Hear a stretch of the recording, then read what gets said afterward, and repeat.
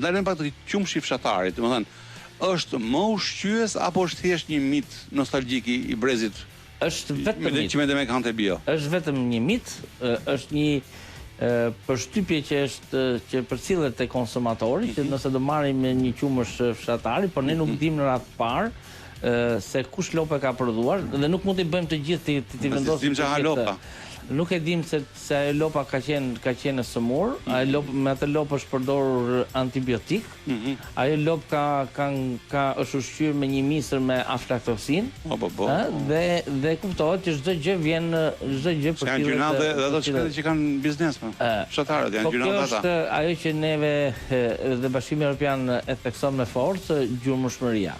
Pra nëse flasim për një fabrik, ti ke gjurmëshmërinë të përcaktuar, sepse ai ka skedarët ku e ka marrë qumshin, ku e ka grumbulluar qumshin, dhe ku e ka tregtuar në produktin e tij. Po një qumësh i tregtuar në rrugë në atë formë si është në Shqipëri. Po njerëzit e blenë, më thuaj çfarë duash. Njerëzit e blenë se nuk e kuptojnë, po pasojat i shohin pak më vonë.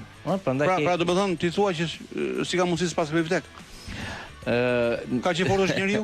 Shiko, asnjëherë nuk kemi kështu statistika të vdekshmërisë që të thuhet që kjo erdhi nga ky produkt ose nga ai produkt, por ti jeni të bindur. Po në botë ndodhin kështu?